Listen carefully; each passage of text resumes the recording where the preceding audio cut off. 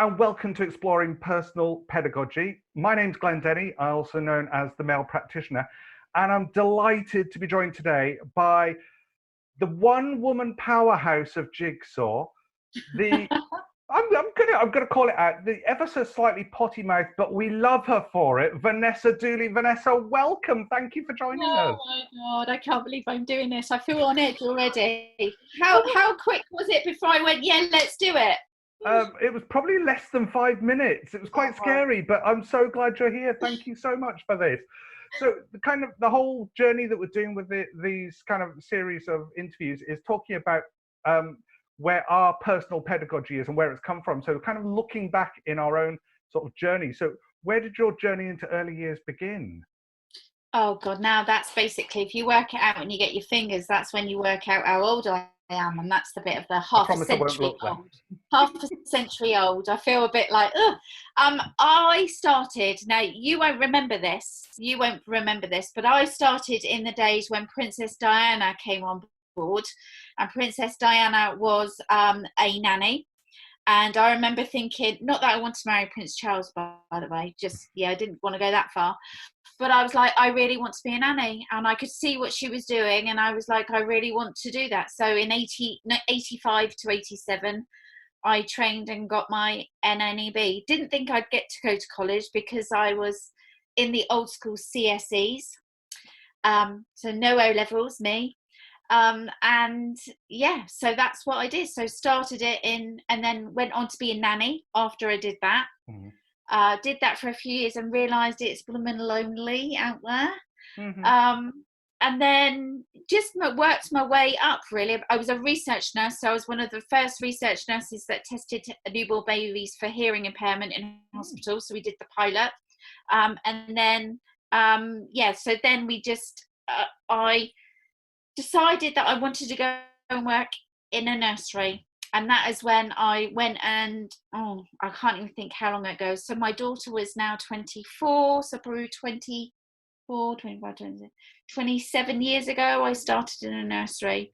And I started as a deputy manager. I didn't start as an early years practitioner. I started as a deputy manager. Wow, okay. And it was the biggest learning curve ever in an area of deprivation. And I came from an area that wasn't deprived. So going into that, I was a bit like, oh, God, this really happens. And that's where it just took me off, really. I just literally worked my way up, becoming a deputy manager, becoming a nursery manager, setting up some nurseries, and then I became a group manager of 6-day nurseries.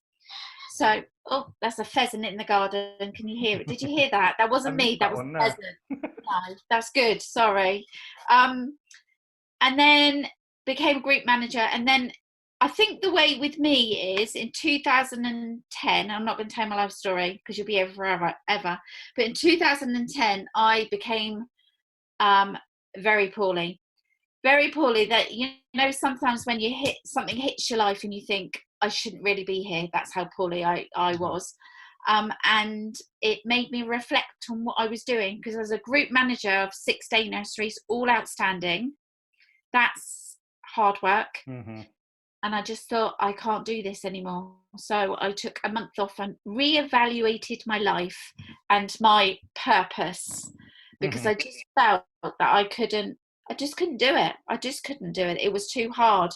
And I'm one of these people that I can't just settle for anything. I have to be really good at what I do, or I have to be making a noise, or I have to be extrovert, introvert, something like that. I don't know, maybe. Glenn, between the two. That is what you need to be thinking about. Is and then that's it. Really worked my way up. Worked my way up as an assessor, a lecturer at college. Did the foundation degree. Literally taught on the foundation degree because I'd got my EYPS. So that is old school, isn't it? EYPS. Yeah. And then, Glenn, that's when I just thought, I'm going to train to be an Ofsted inspector. Wow. Yeah. And then, so I'm constantly learning new things. Does that make sense? Yeah. Totally.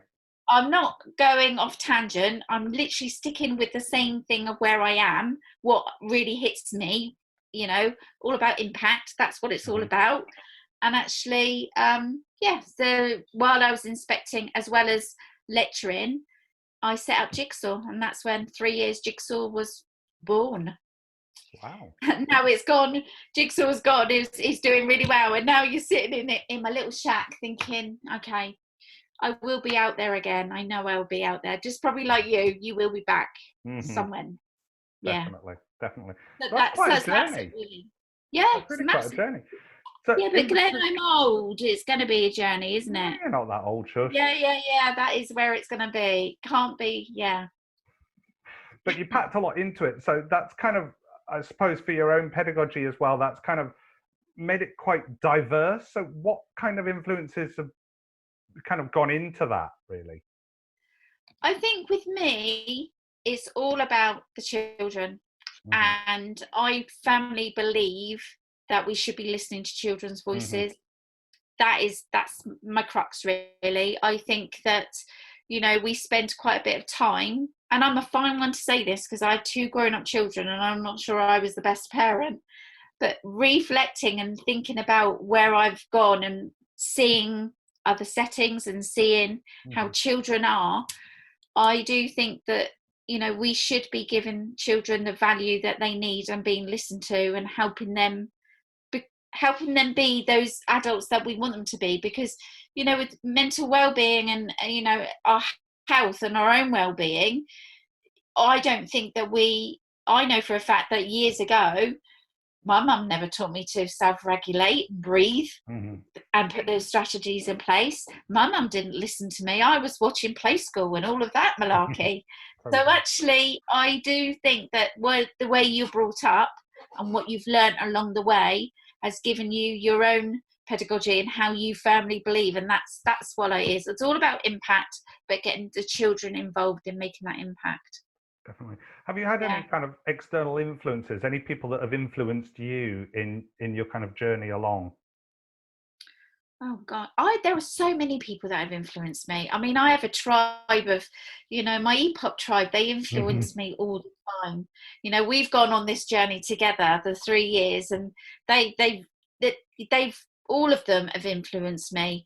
And I think that's the thing, is when you work with whoever you work with, they all rub off on you. And you take a little bit of everything, you know. We say it's a recipe, but it is. I've got a little bit of Sally, I've got a little bit of Kate, a little bit of Carly, a little bit of Emma, known as Tabanga, in my blood, because that's the journey that I've been on with them. And, you know, I see other people and I look at them and, you know, I can talk about theorists till the cows come home. But actually, no, it's all about the children and settings when they give children the empowerment to actually feel that they are worthy. That to me is perfect. That's the way it should be. Yeah, definitely. I kind of agree with you there as well. I'm kind of influenced personally by the likes of Reggio and Montessori. They're kind of like the old school influences that I bring in, but I don't take the whole thing. I take the bits from them where it's focused on what the children are thinking and doing and about the children. And, you know, even down to, like, you know, Reggio talking about the third teacher and the environment being important. It is really, really important as well. And I think, again, going on like your journey as well, I've worked with so many amazing practitioners that you kind of take a little pinch and a little blob here, and, you know, you mix it all together and you create your own recipe. Yeah, that's exactly it. And that's what I love about, you know, I mean, there is a love and a hate relationship, but I love the fact that you know, people, when you get together, that's why I call them the tribe, because when we get together, it's like we create this great big bubble, and it's like, oh my God, a little bit of this, and we all do something different. We're not encroaching on anyone else's toes. We are literally doing something different, and that is what is so important. And, you know, my dad always taught me sharing's caring. Definitely. And, you know, and you know, when you're in a stick of rock, you cut yourself in half and you break yourself open, and actually all those little bits are still in there. That's what you got to be. It's like the writing's all the way through, and it kind of it kind of to use a kind of really good term, it's a bit like a virus and it's very easily spread, but it's all that kind of influence from everybody else, isn't it? And that's the kind of virus I want right now. Yeah, I know. Yeah, that is. You're right. Yeah, yeah, in your own little bubble. But yeah, yeah, Definitely. yeah. Well, Vanessa, thank you so much for talking to us today. It's been an Worries, absolute pleasure and an honour. Thank you very much. No worries. Thank you for inviting me.